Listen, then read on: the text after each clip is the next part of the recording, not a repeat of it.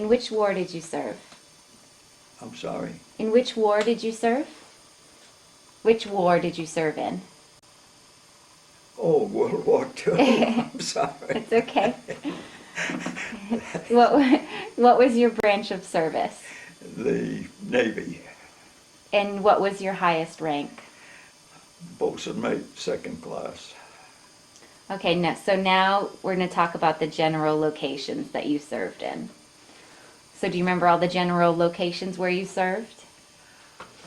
We served basically in the Pacific. We left Hingham, Massachusetts. I bought a brand new ship, stopped in New York, stopped in Norfolk, Virginia, stopped in Cuba, went through the Panama Canal, went to San Diego, from San Diego to Hawaii, from Hawaii to many small islands.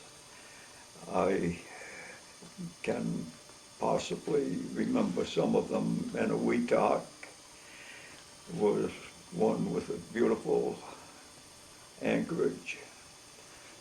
Then from there, we went to the Philippines.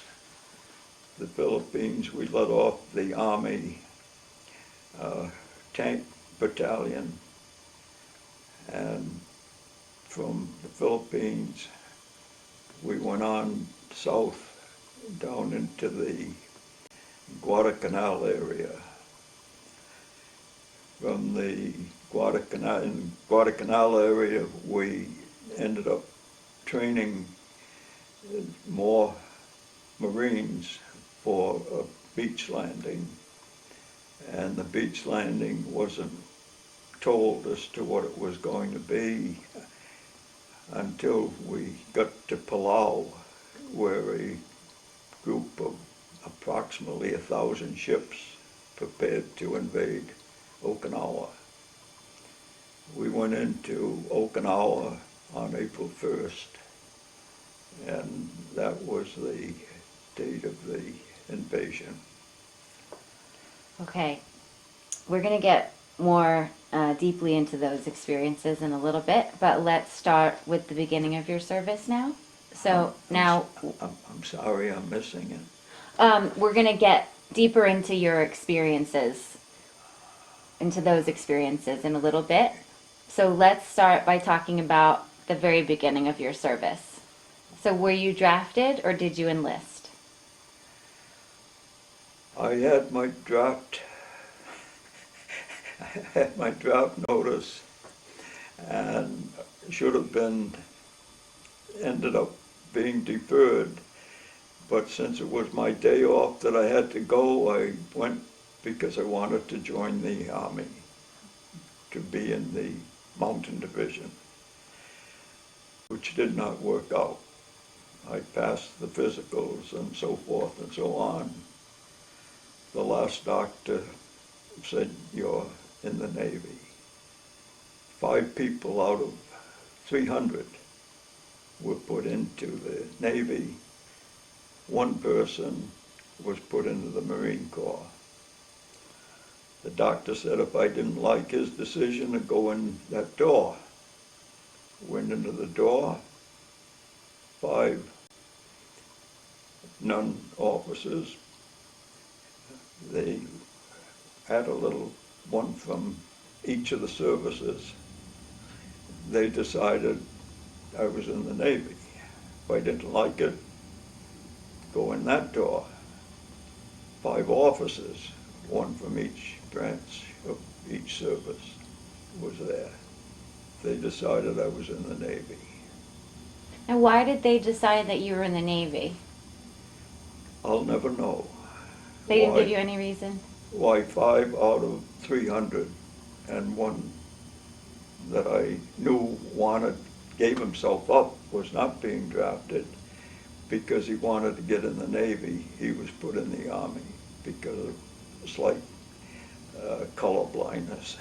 So, but I'll never know what or why I was in the Navy. And you said you wanted to be in the Army. So why did you want to serve in the Army instead? I had been skiing for a number of years, and I just like skiing. And the person that probably taught me the most about skiing had been put into the ski troops as an instructor. And I wanted to get into the ski troops, but didn't work out that way. And what did the ski troops do? What did the ski troops do? The ski troops were actually the mountain division, and they were taught skiing and skied because they were the ones that would go into the areas of the mountains that had snow on them. So that was what I wanted to do. Okay, so where were you living at the time when you were drafted? I was working at a shipyard, and that was the reason that I was supposed to be deferred. Okay. The Maritime Commission was supposed to get the word that you had your draft notice immediately. I did not do it because it was my day off and I could go to be drafted. And where was the shipyard you were working? The shipyard was Providence. Providence. It was remanufacturing at that point in time was the name of it. Were you living in Providence? Were you living in Providence? No, in Smithfield, which is just 10 miles away from the shipyard. Do you recall the date that you were drafted? I cannot. Okay, approximately?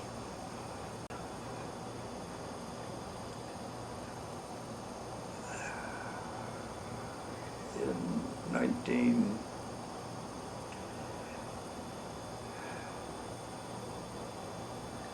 No, I really can't tell you. Okay, that's okay.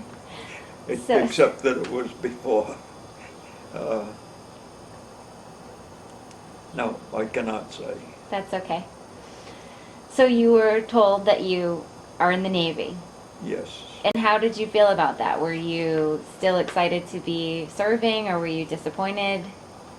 Well, I did whatever I could do in going before the enlisted men and the officers. And they did nothing. Maritime Commission could not do anything, tried, because I was doing a pretty good job at the shipyard. And I had my own group, and actually the shipyard worked 3 shifts, and for what we did, I managed to have the 3rd shift not work at all, because what the 2nd shift did, we'd go in and take it apart and do it right. So you're saying that I know that you wanted to serve in the Army rather than the Navy, but then when you were told you need to serve in the Navy, you didn't want to serve? Oh, no. No, I just, when I was in the Navy, that was fine. That was fine. Because I liked the oceans and such. Okay, so tell me about your first days in service. Well, the first days were in boot camp, where you went through, I can't remember whether it was a month or 6 weeks or something like that for time. And at the end of that, you were assigned some kind of a school to go to. I happened to be assigned to OCS. So after you finished your boot training, you went to an outgoing unit, and you stayed there until the schools were open for you to go to. Okay, well first, where was boot camp for you? In Sampson, New York, Camp Sampson. And do you remember much about boot camp? Do you remember what your first impressions were, what the experience was like? I thought it was great. I enjoyed the fact because of the physical bit about it. And then when you finished boot camp, you went through a questioning area and you're assigned some sort of a school to go to, basically. I happen to have been OCS and Now, what's OCS? Officers Candidate School. And can you tell me about that? Pardon? Can you tell me more about that? About the OCS? Mm-hmm. Nothing except the fact that you just waited till there was the opening for that particular class in this outgoing unit.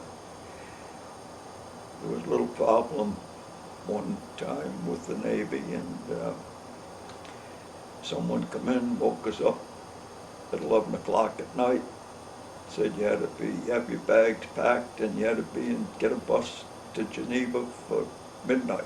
And this was when you were in boot camp? This was in boot camp, in the outgoing unit. Okay. So, where are we going? They just said to Geneva, which was at the head of the lake. So, Geneva is where?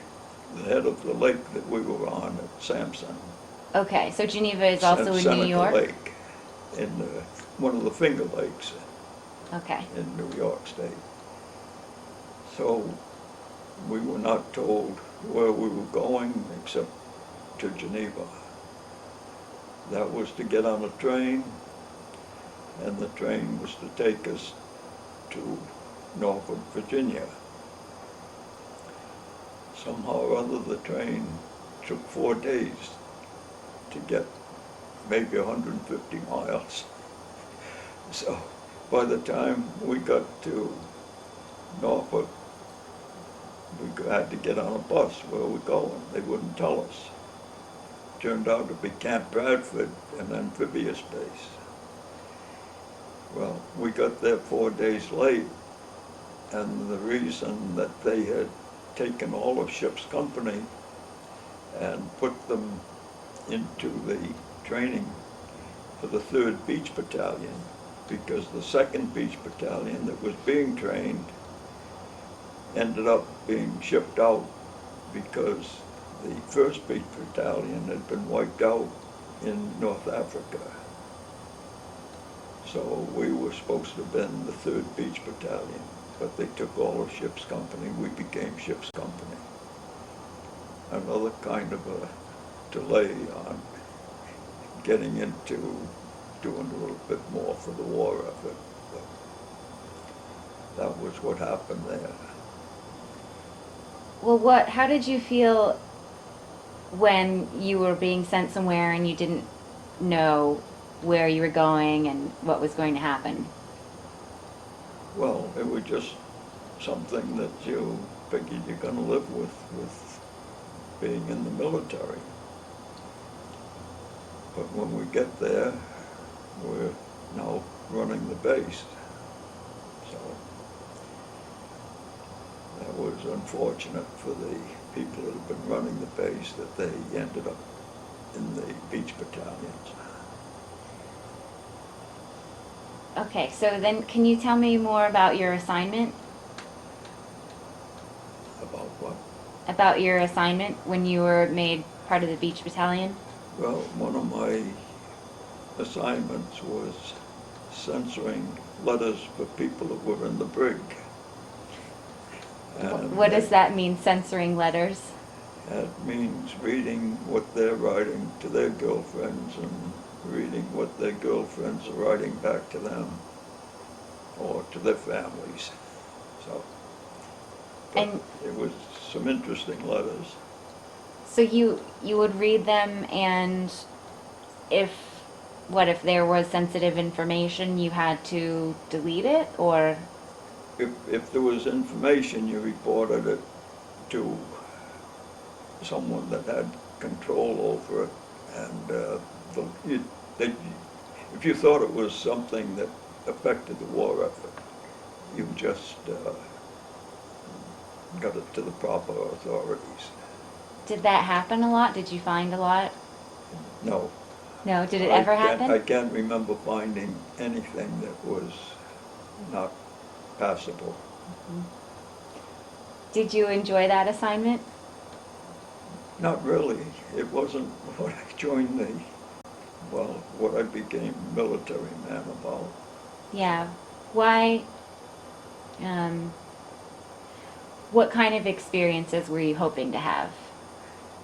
Well, of course, the main thing was to do something as far as the war was concerned, and that did not seem to be it. The only good part about it was a regular uh, Navy man that had become a chief, and even though he's from North Dakota, he was a great sailor, and he was a good boss, so that was a good part of it. Okay. So you weren't very pleased with your letter reading assignment, but did you have experiences that you felt you were really contributing to the war effort? And not at that point, Okay. not at that point at all. Okay. So it happened to change uh, the experience because I had a letter from a girlfriend back home, said her cousin was in the law office at Camp Bradford. So I met him and I'd stop in to see him, and who opens the door but Mr. Kramer, my counselor in high school. And he had become a law officer in the Navy. So I stayed there for some time until the cousin said, "How would you like to go to Boston?" And he said, "For a month." He said, "You could see Alice every night." And I said, "Well, what's that all about?" He said, "Well, a ship is being built and the crew has just finished their training, which Camp Bradford was an amphibious base for training. They had finished their training and they were going to Boston and going to be there for a month while the ship was built at Hingham Shipyard." So I said, "Well, how do you do that?" He opened a file drawer and pulled out my records and said I was going to the receiving station in Boston. "Oh, that's fine." So that was how I left Camp Bradford. Now, how did he have the power to send you there? What was his position? His position is filling out these kind of papers from orders from his boss, but there were no orders from his boss. He just was able to do it, and he did it. Okay. So you went to Boston, and then what happened? Went to Boston, and a few days later, the rest of the crew arrived, and they found that they had an extra person in there. Instead of 107 of them trained, they now had one untrained person.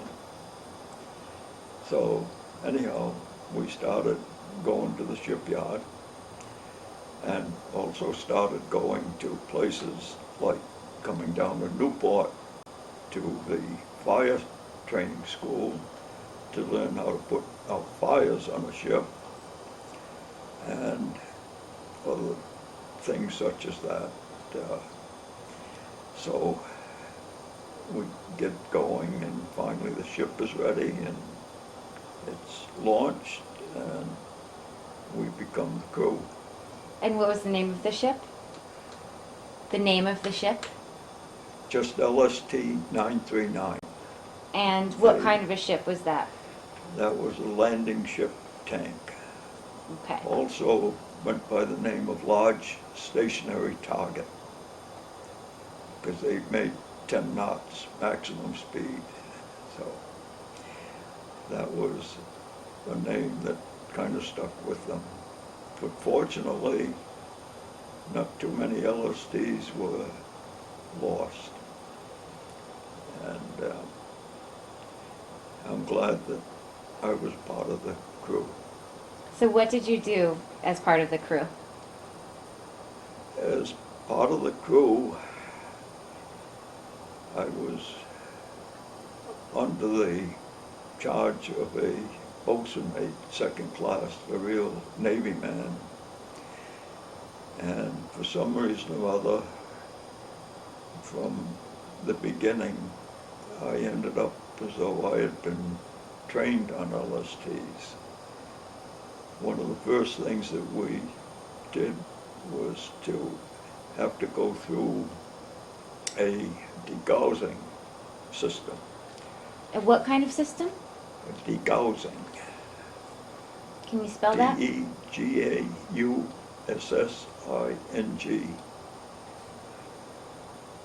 Okay, and what's that? That eliminates magnetic factors of the ship so that it can try to escape like magnetic mines. So it's necessary to run a straight course through this area in Boston Harbor.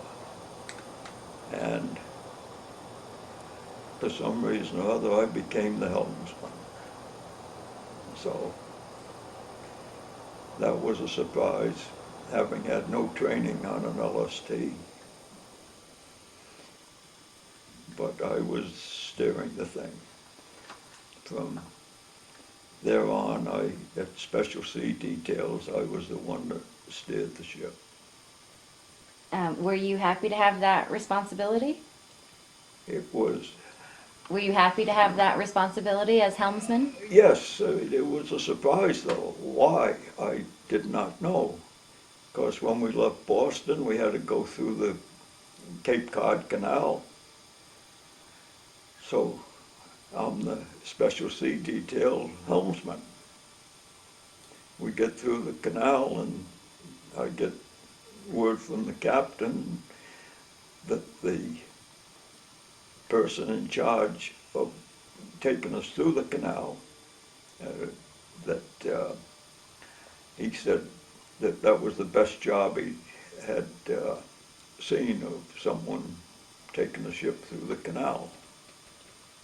So then, next thing you know, was the Panama Canal, and did the same thing. That was interesting, steering through the Panama Canal. That was quite a sight. So, Can you say more about that? Can you say more about that? What was it like, the Panama Canal? well, it was just something that was a beautiful thing. I mean, a remarkable, to me at that point it was a remarkable thing how they had built the Panama Canal. They're going into the locks was something that you did not let the ship stray a little bit one way or the other, and then going on through, and then going up, and then going down into the Pacific Ocean. So, Now, had you traveled before joining the Navy? Had you done any traveling?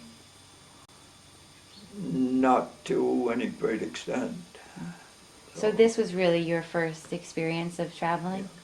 I think the main traveling was that we went from northern part of Rhode Island to southern part to a beach house. So, Well, the Panama Canal, that's traveling, right? yeah. Yes. Okay, so where else did you go on the LST 939? Well, we went through, stopped in San Diego, had good experience in San Diego. When I was at Camp Bradford, I used to go down to see my girlfriend's brother in North Carolina at the seaplane base. And when I'd come out and hitchhiking back to Norfolk, Virginia, I was in front of a building and there was this girl that usually sat on the porch right on this corner where I was hitchhiking. Well, that went along quite nicely. We would talk until somebody picked me up. But then got to San Diego, and there was an ice skating rink built right over San Diego Bay, actually. So I'd go skating, and who do I meet? The girl that was sitting on the porch in North Carolina. So it turned out that her father was a colonel in the Marines, and they'd been transferred to San Diego. But a coincidence like that is something that is really odd to me. Yeah, small world. Okay. Let's talk a little bit more about your kind of daily experiences in the service. So, can you describe a typical day for you? A typical day in service? Typical day on an LST was that I hadn't mentioned that by the time we got to New York, the person that was in charge of me deserted ship. He had been a boatswain mate in the regular Navy, and when we got to New York, he went AWOL. So at that point, I had taken his place. So I had the job of boatswain mate of the ship, and it turned out that it was pretty good, and we had a good record of keeping the ship in order. So I enjoyed what I was doing, and I think that most others did too. One thing I liked to do was if somebody had extra duty for some reason or other, and I was having them do something extra, that was usually to make ice cream on Sundays for the crew, because with a hand ice cream maker. So, Were there any other, what else did you do to entertain yourselves? well, I had brought along quite a number of books relative to the sea, and as you can see them right on that corner, they were interesting. I had brought along some ship models to make and other things such as that. Okay. Now, did you see combat? We saw very little combat. The first thing where there was anything unfortunate was when we dropped off the tank division for the Army on Dulag Leyte. I'm sorry, say again? Dulag Leyte in the Philippines. Can you spell that? Leyte. Okay. And Dulig for Dulag. Okay. But one unfortunate thing there is that of all the Army tank battalion that stayed down on the tank deck of the LST, there was only one that would come up and play cards with us and such, and he was the captain of one of the tanks. And when we let him off in Dulag, and they left the ship and going inland, Shorty had his head out of the cockpit, and a sniper hit him. And that was the first that we had that was really affected by the war. That was the first casualty that you had in your crew? That was the first casualty that you had? Not in our crew. He was the tank captain Right. that we had brought in from the States and dropped him off in Philippines at Dulag. So but he happened to be the only one that we knew of the whole crew that were down on the tank deck. I think there was approximately 150 Army tank men down there. So, And did you witness, were you there when this happened? no, No. no, we were still there, we were still on the beach, but we got word that he had been shot by a sniper. Was this the first person who you met in your service who was killed, who you knew? Yes, the first that I knew. Well, I knew of others that had been killed, but not ones that had actually, we had dropped off. Mm-hmm. So So what was that experience like? it was a very hard experience, but it was knowing that that's part of war and why it had to happen to somebody that a few of us knew on the ship. Because basically, when we would take Marines in or whoever it was, they would stay on the tank deck. They had all of their own uh, food. We didn't feed them. They fed themselves. They took care of themselves down there. It was like a different place, actually. What do you mean? Well, they were in one section and we were on the rest of the ship.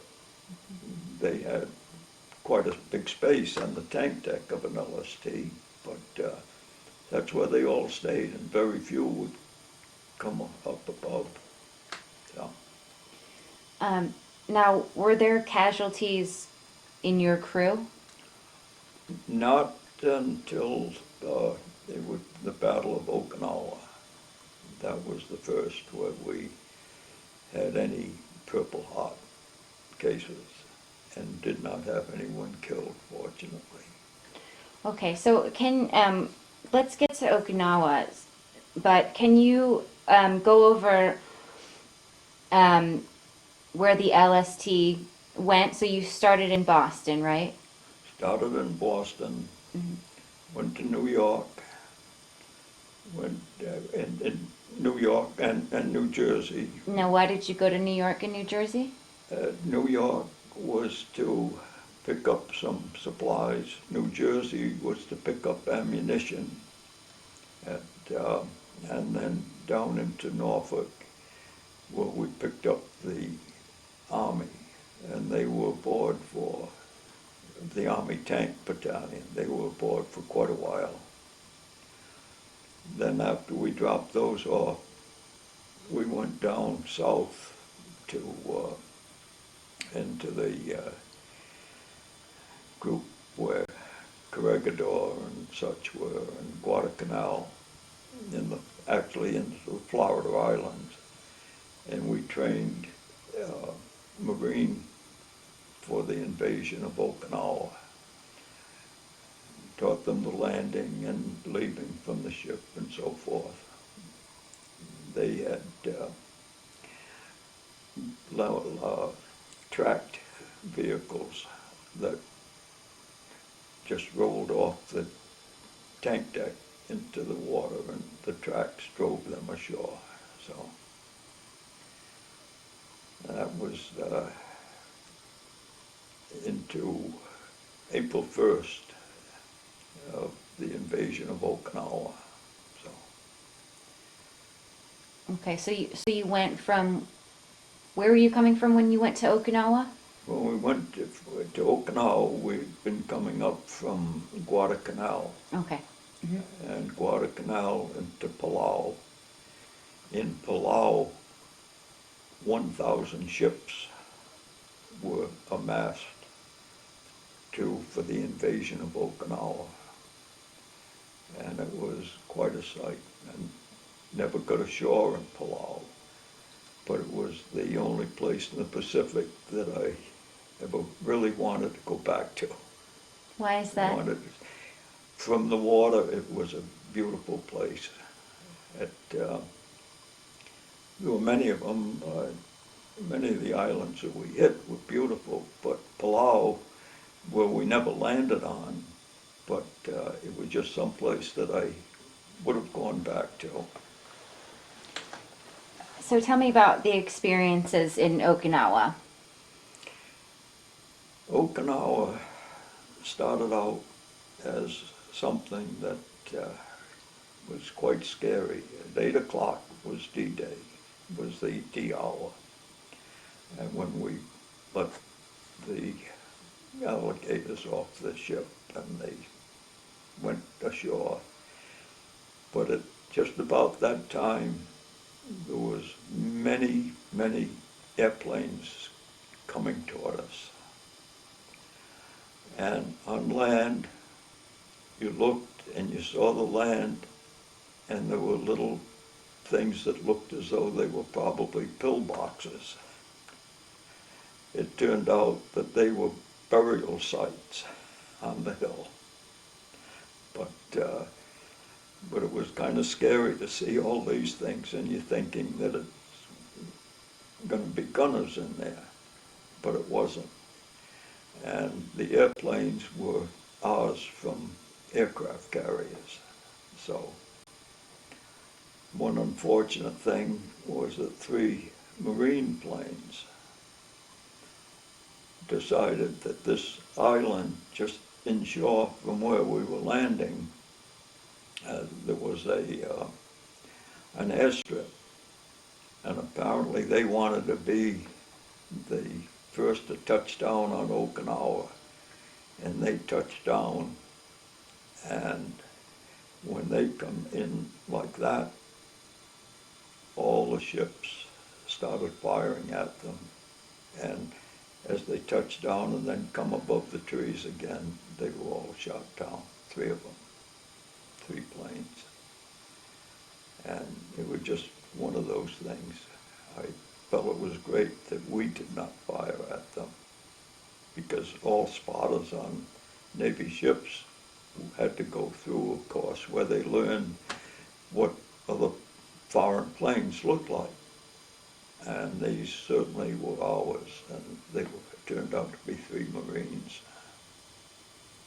Why they ever did that is beyond me. So. And you said that there were casualties in your own crew at Okinawa.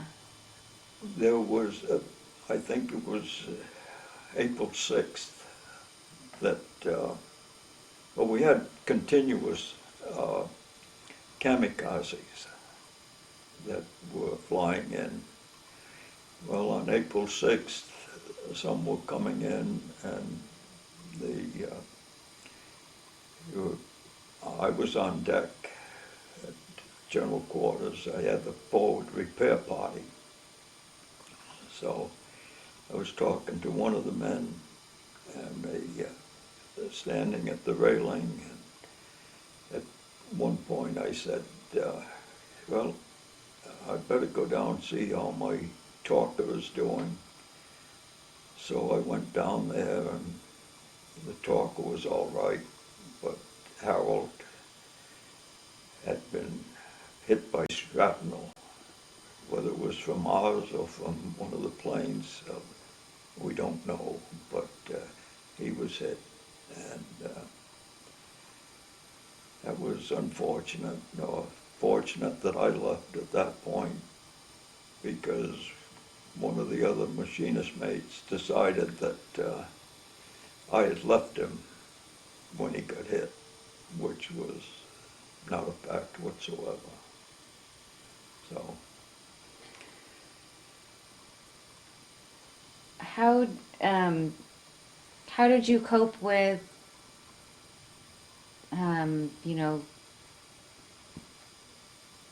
that tragedy, and how did you cope with, feeling betrayed by one of your crew members? Well, I didn't think much of him for what he had to say, because he was not on deck. He was a motor machinist, and he was down in the engine room at the time. Mm-hmm. But I guess somebody had seen me talking to Harold, and when I just left. But I mean, what he had to say wasn't a fact, so it didn't bother me whatsoever. Do you remember Harold's last name? Harold's last name? I can look it up.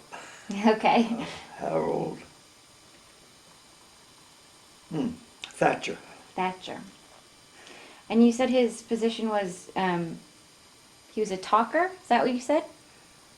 No, my talker was a young fella that was actually too young to have joined the Navy, but he made it. And he was also the chaplain on our ship, even at his age. But the talkers were the ones that were able to find out what was happening, what had to happen, what they could report back to the bridge, which is the command part of the ship. So he did all right. At one point he didn't do all right. He thought that we were hit because a kamikaze had landed and went below water and before the bomb exploded. And he was right next to that part of the ship, actually off the port bow. So that had him a little scared. He thought, I mean, it must have been terrible, the sound that goes through the water and hits the ship. Did you have any scary experiences like that? Did you have any scary experiences like that? No, I don't think that I ended up with any experience that being concerned. In fact, I watched as a plane that was coming at us, and we had a deck load of gasoline drums, and a small LCI was alongside, close to us, firing its guns, and one of them went into the cockpit, killed the pilot. The plane was coming straight, but another shell hit the wing, and it just flipped it over our bow and just missed it. And I can't remember being scared or anything else, just that it was something going to happen, but it didn't because of one shell that flipped the wing and it cleared our bow. So I don't know why, but I would say I was not scared. But, it's just one of those things, I guess, that it's either going to happen or not. And in this case, it did not happen. Okay. Are there any other experiences that you want to share from this time in your service? Well, I think that one of the interesting things was that we stayed in Okinawa from April 1st for about 5 months. And in that time, we went through 7 typhoons. 6 of them we managed to get out to sea, left Buckner Bay. One of them, they closed the submarine nets before we could get out, and we stayed in and spent all night at anchor with engines running full speed ahead, which was quite an experience. But another LST we saw went by us at a good 10 knots, dragging its anchor, and it ended up on shore, wrecked. In fact, I have pictures someplace of the wreckage after one of the typhoons while we were in Buckner Bay. Another time, I think the captain of a cruiser made a big mistake. He was leaving Buckner Bay and going out faster than we were. Why we couldn't get out was they closed the submarine nets. But now the submarine nets were open, and on this particular typhoon, we were able to go out. This cruiser went along, and there were sailors sitting on the lower gun turret and actually on the guns, and sailors sitting on the second gun turret, which was higher than the others. Well, we went out in an LST, and we were just like a duck that went up and over the first sea waves. This one went through them and actually washed sailors off the gun tubs. And I'll never know why a captain allowed people to do that when they're heading out to sea. It was an unreal sight. This was actually after the war had ended. This was late in the season, but it was the hurricane season. It was unbelievable. What was it like the day that you heard the war had ended? Do you remember that day? Do you remember the day that you found out the war had ended? I'll never forget that day. I think it was one of the most dangerous days in Buckner Bay. I think every ship but ours was firing guns up into the air. Now those shells had to come down someplace. I never knew whether anything happened or not, but it was such a sight to see. And our captain did not allow any guns to be fired. And the war was over, and there was a battleship that was in Buckner Bay. And the battleship hit the stern of it 6 days after the war was over, kamikaze, which was quite a surprise. The battleship had hoses running out of all the gun turrets. It was hit in the stern, and on the stern gun turrets, there were hoses running out where they were pumping water out of the ship, and towboats were alongside pumping water out, and the stern went down to about 6 inches from the surface, and then they finally got it controlled and started rising. But they almost sunk a battleship 6 days after the war was over. How did that happen? It was just a rogue kamikaze, as far as you know? Just that one, yeah. Where we come from or what, but because after the war they stopped having the picket boats going around the island. There was a regular line of ships that went around Okinawa to keep Japanese ships away and to keep kamikaze away. Mm-hmm. So there are odd things that happened that shouldn't have happened. Yeah. So let's talk a little bit about actually, so after you found out the war was over, then what did you do? At that point, just kept running the ship as normal, and we had people aboard that had been regular Navy and had been in for a while, and you had points, and you had points for each month, and you had double points for each month when you were in battle. So people started leaving the ships and new people coming aboard. I reached the point that I had enough points, and I just was enjoying the fact that we were doing what we were doing.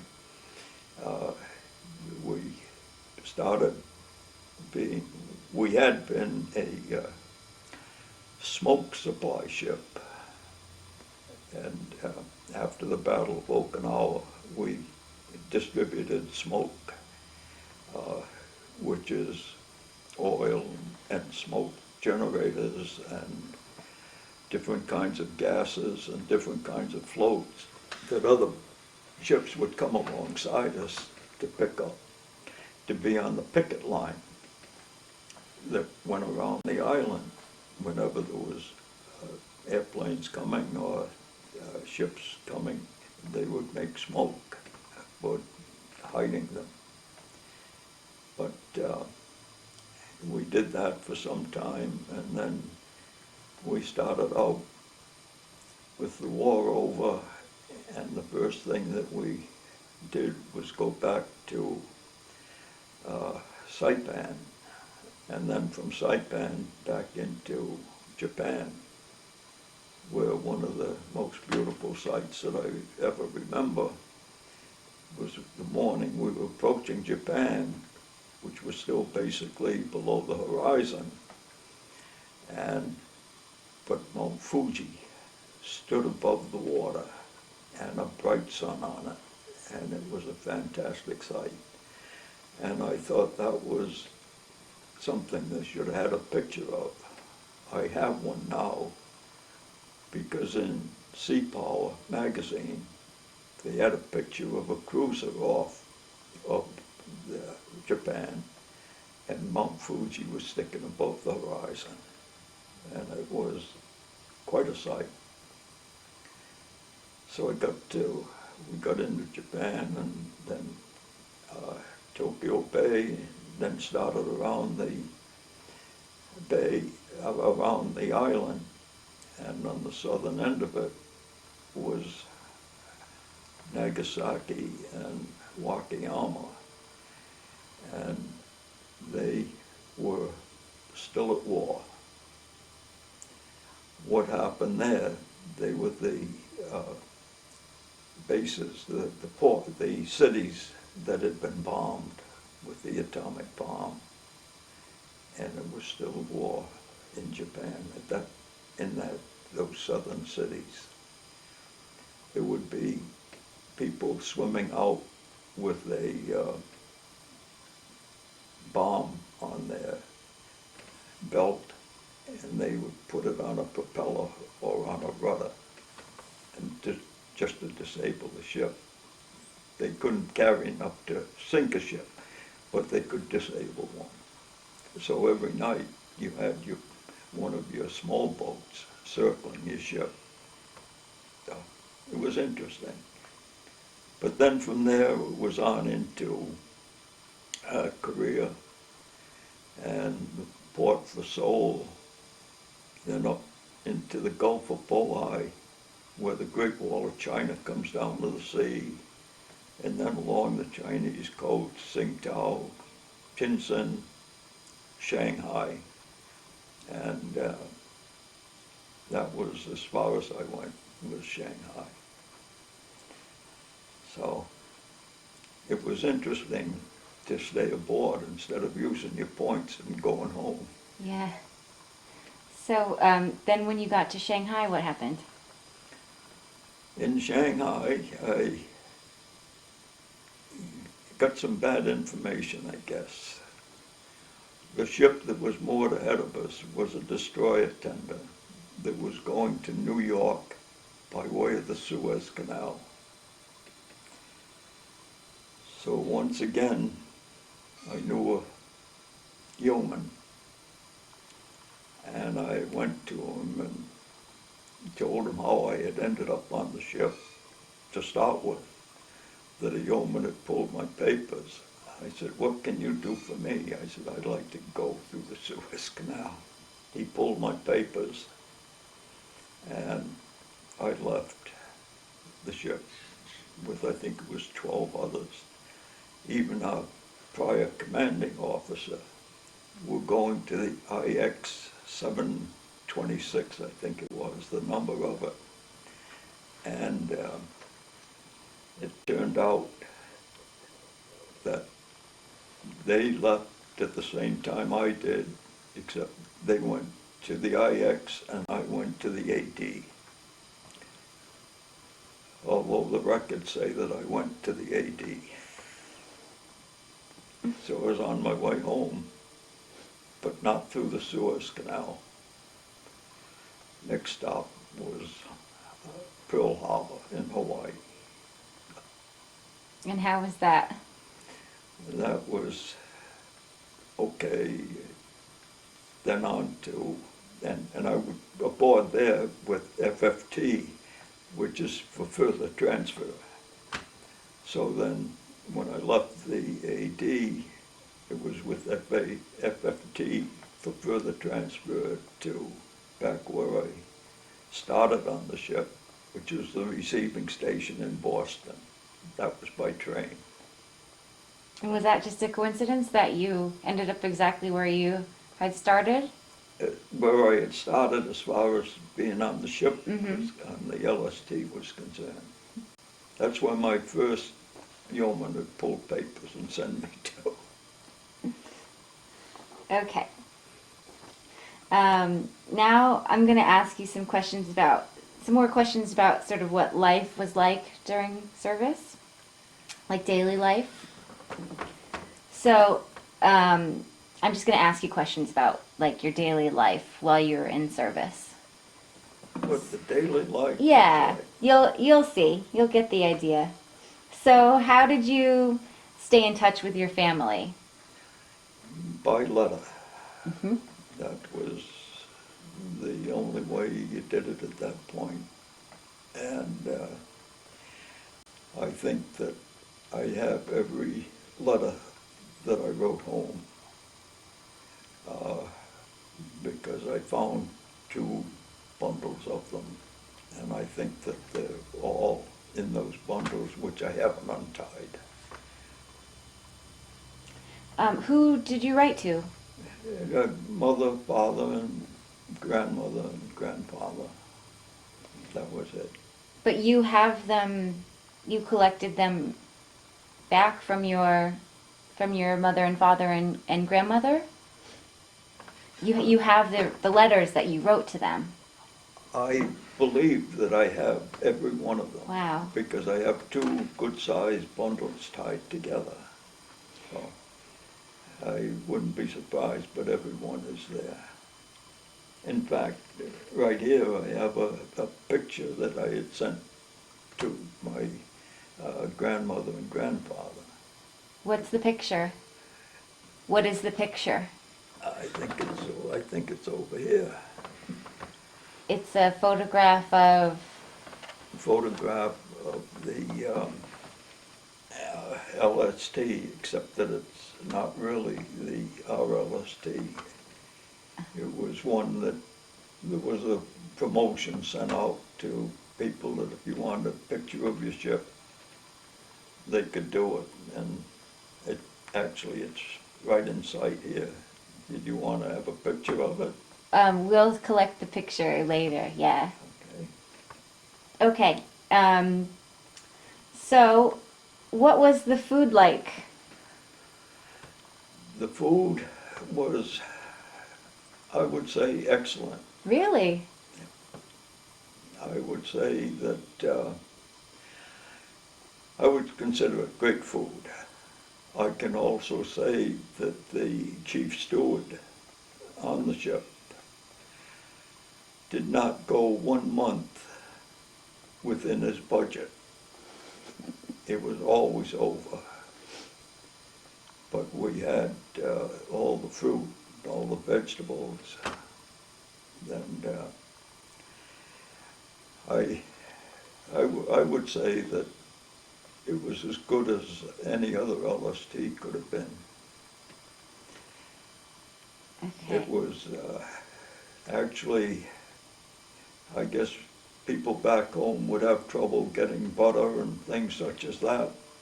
And we had all the butter we wanted, all the jelly we wanted, all the fruit. But as I say, he never spent 1 month within budget. It's one of the things that I actually have wanted to do and haven't taken the time to do it, is to put all of the food stuff down that we had come aboard. And You mean the inventory when you? the inventory. Mhm. I have all the log sheets for the LST.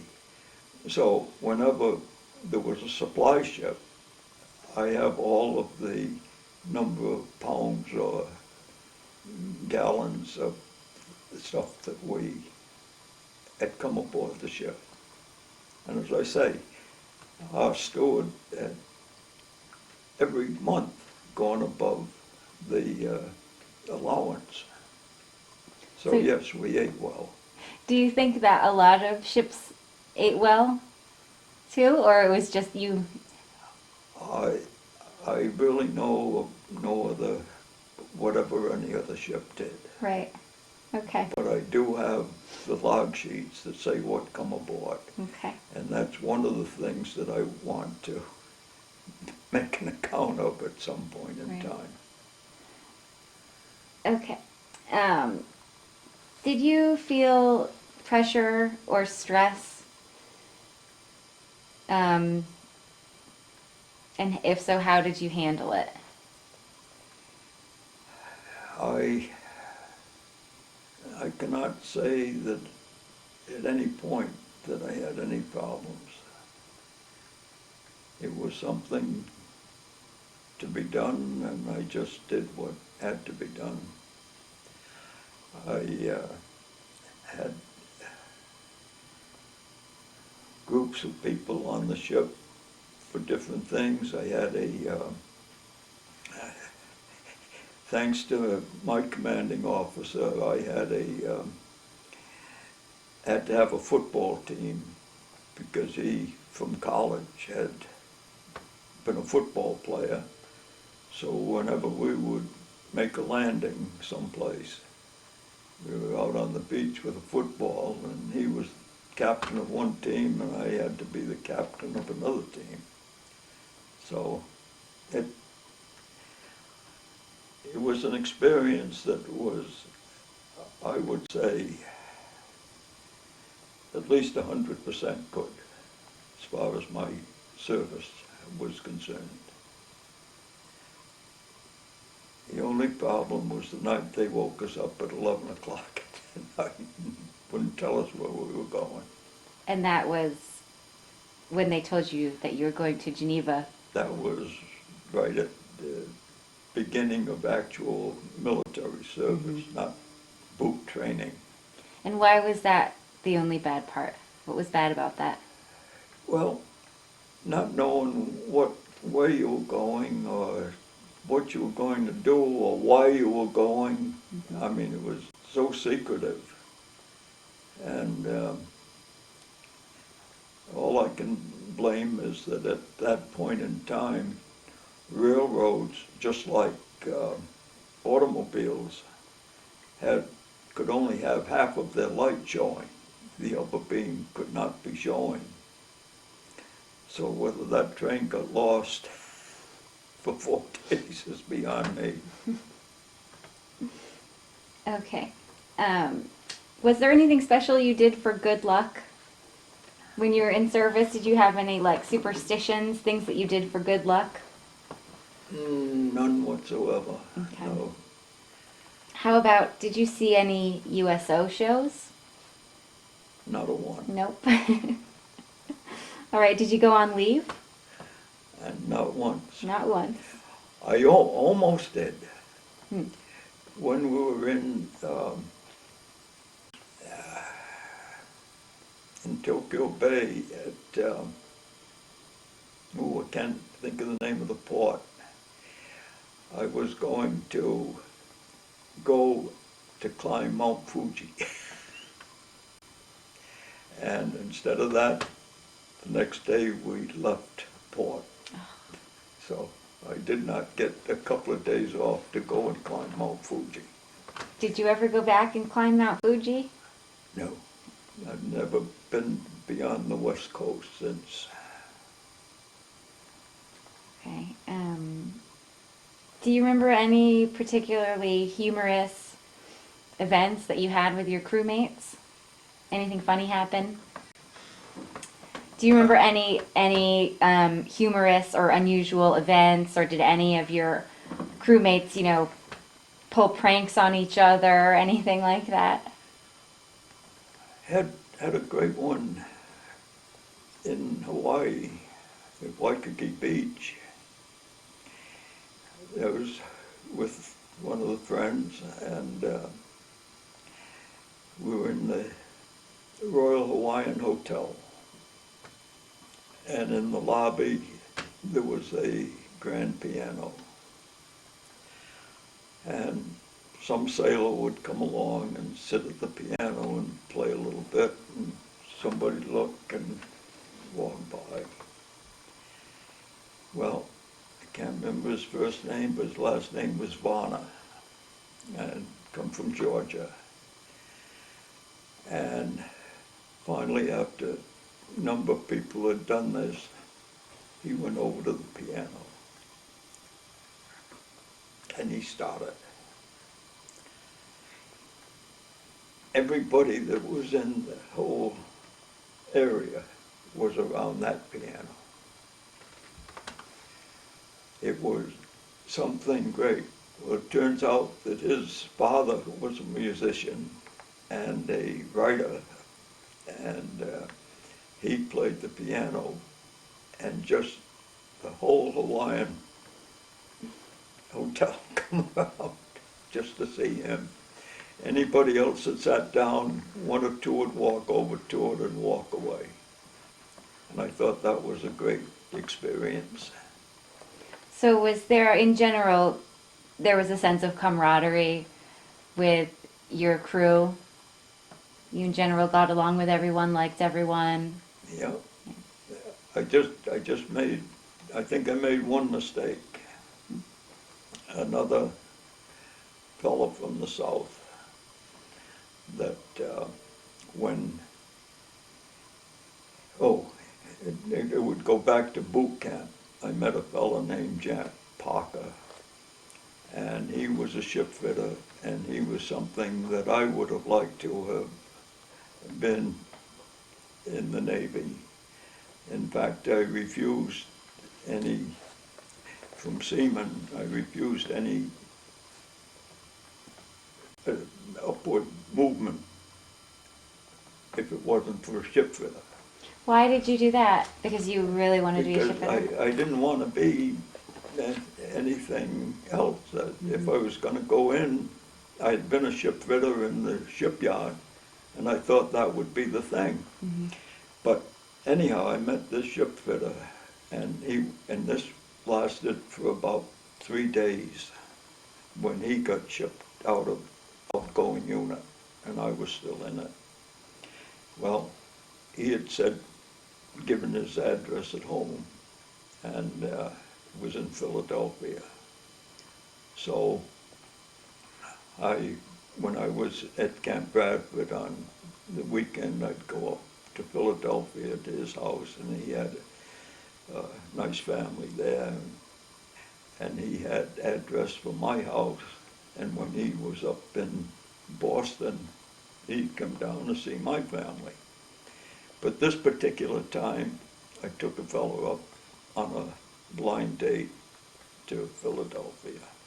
And so we had to hitchhike up, and then we got on a streetcar.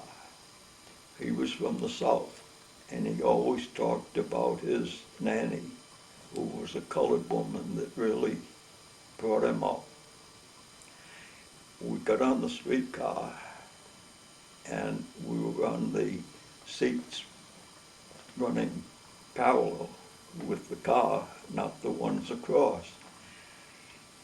And some colored woman come along and was going to sit on the seat. He pushed his peacoat over there so she could not sit down. And I'll never forget that one. And I never brought him on any other blind date any place. But that was one of the only things in the Navy, I think, that bothered me, was the fact that he pushed a coat under this colored woman. And he never talked about his family. It was only about his nanny, who was colored.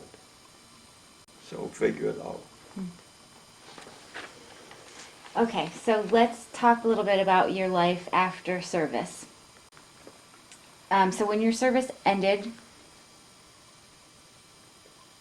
you were in Boston, is that right? Yes, I became a civilian in Boston at the Okay. Naval Receiving Station. And what was that day like when you were discharged? Was it Basically, was it any other one. monumentous? I can't think of anything that we just did and sign out. Yeah. That's it. Were you happy to be I done? signed in up there and I signed out. Mm-hmm. Okay, and what was your homecoming like? I think it was pretty good because the young lady that had the cousin that got me onto the ship,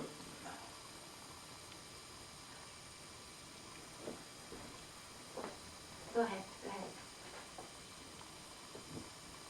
that got me onto the ship was the first person that I saw waiting for me at the railroad station in Providence. So That's a good homecoming then. that was.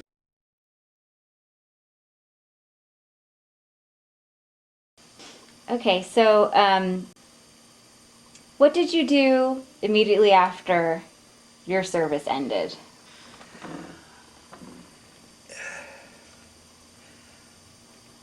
Immediately after. Well, it doesn't have to be immediate, guess- but did you go back to work? Oh, I guess the first thing was that I went back to studying architecture. Oh. And was that covered by the GI Bill? And Was that covered by the GI Bill? yes, yeah, Great. that was paid by them. And that's probably how this house got built. Because it was for architecture and I designed the house, so. Great. Now, did you make any close friendships in the service? Only the one that I was mentioning about, the fellow that I saw for just a few days in outgoing unit, Jack Parker from Philadelphia. And we went for years. I'd go down there and he'd come up here and come down and stay at my other house for vacation. And then finally Jack got married and invited me to the wedding. I went down to Philadelphia and stayed in a hotel that night because I had to go to Lansdowne the next day to the wedding. And then I ended up that I didn't have the address for where the wedding was.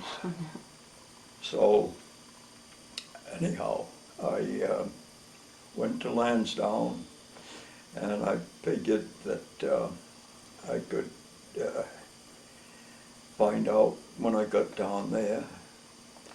Well, I was late by the time I got the train down to Lansdowne, and I found out where the church was. I started walking to the church and I saw cars coming out and it looked like a wedding car. So I got off the sidewalk and hitchhiked. And the first car stopped. And Jack and his wife were in the first car. His sister, who I knew, was in the second car. And she said afterward, she said, "Look at that damn fool, he's stopping for a hitchhike." So then we went to the reception at the wife's house. Did you attend any reunions with?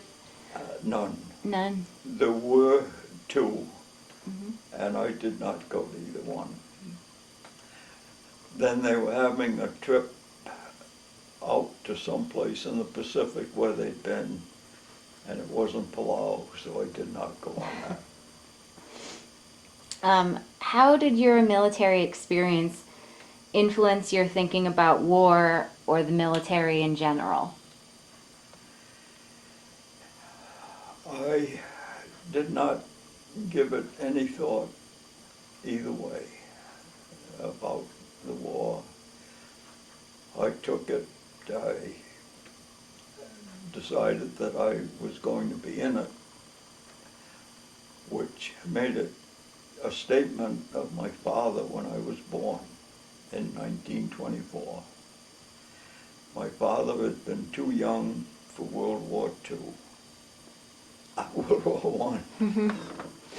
Then with with my being born, he made the statement that I was born just in time to go to war.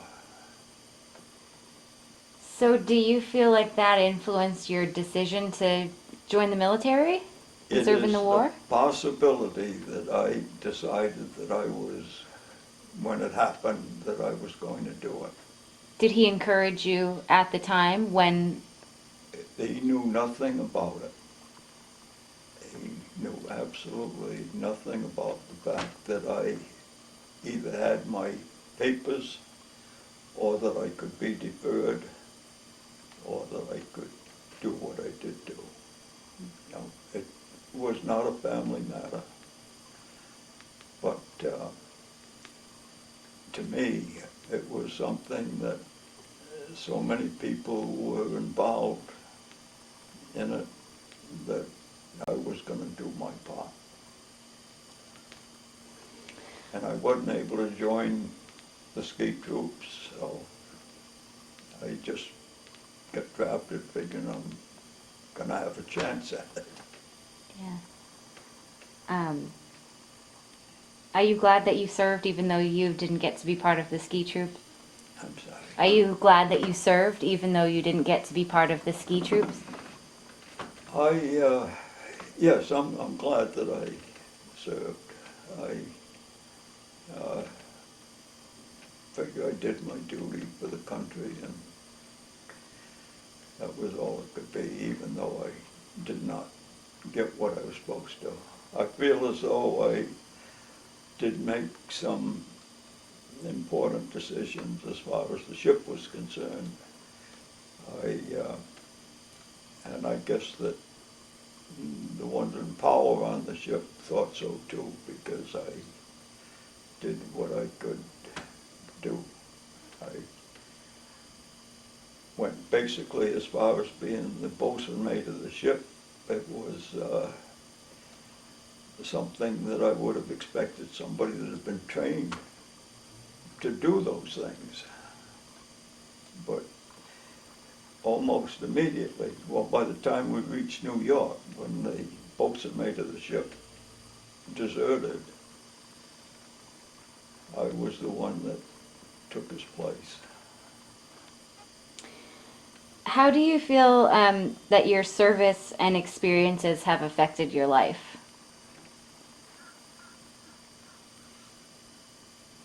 I cannot think of any way, one way or the other, whether they affected it or didn't affect it. Do you feel like you gained any, you developed any qualities, you know, in your military training and in your service that you've been able to apply, you know, maybe to your career? No, because I did not stick with the naval activities, so I just took it as though it was something to be done, and never gave it any thought that I should have or shouldn't have done it. Okay. All right. Well, is there anything that you'd like to add that hasn't been covered in the interview?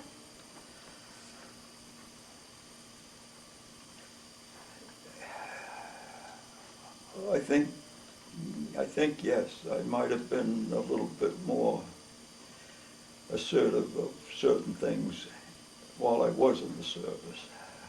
Things that I could have done that I didn't do. Can you tell me more about that? What do you mean?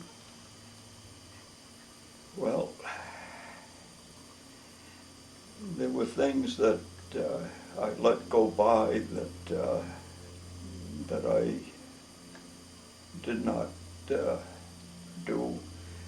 One of them was that with staying with the ship, I probably would have been an officer aboard the ship, but before it ended up. So I did things that people had been trained to do that didn't do them on the ship. I'll never know why it worked out that way, to be somebody that just come in without any training and become the bosun mate of the ship. So you mean you wish that you had continued serving? No, I think that if I had continued, Mhm. that I would have moved on and probably stayed in, but it was just the fact that, oh, going around the world would be nice, going through the Suez Canal. Mhm. And that made a difference. And then for years, I kicked myself for not staying with the ship. Mhm. And then when I got all of these records and found out that it did not go, because I figured that we've gone this way, around, up into Korea, then coming down, I figured that the ship's gonna keep going this way. But instead, from Shanghai, it went back on the same circuit. So that was the first time, really, that I thought, well, I did the right thing in leaving when I did. Because I always thought, I always wondered, and where did that ship go? But you're happy now with your decision. When I got those records and found out, Mhm. I felt a little bit better about everything, that I did not miss anything. Good. Okay, well, that's about it. Unless you have anything to add. No. I don't think so, except that I would do the same thing again, I think, if it ever had come that way. Good. Okay, well, I would like to thank you for your service and also for taking the time to be interviewed today. Well, I certainly thank you for asking the questions that you did and bringing back memories that were basically all good. Well, good. I'm glad it was a good experience.